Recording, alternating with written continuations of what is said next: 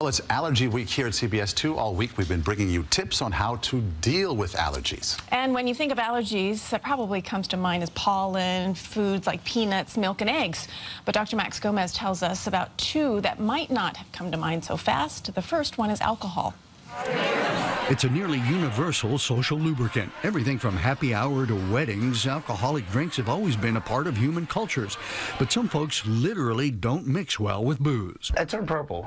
certain alcoholic products make me actually turn purple. I actually start to get flushed right here and here.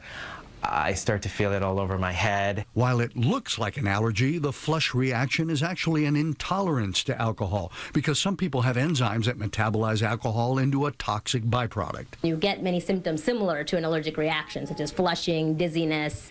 Your body may turn bright red as well. But Dr. Parikh says you can be allergic to certain things in alcoholic drinks other than alcohol, such as some fruit flavorings in liqueurs or the yeast in beer. And many people are sensitive to sulfites used as a preservative in many wines, although that's also not a true allergy.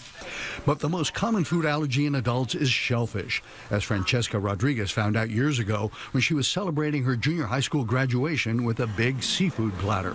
And as I was eating the food, I started having reactions. My throat started to itch, my skin started to break out in blotches, and I had a little bit of difficulty breathing. Normally, you have to have tried a food at least once to become allergic to it. What's most surprising about seafood allergies is you can develop them without ever eating seafood. You can be sensitized through environmental allergens. So dust mite allergies and cockroach allergies, which are very common, predispose people to becoming allergic to shellfish because they all cross-react with one another. And even though it's also seafood, fish allergies, which are much less common, do not overlap or cross-react with shellfish.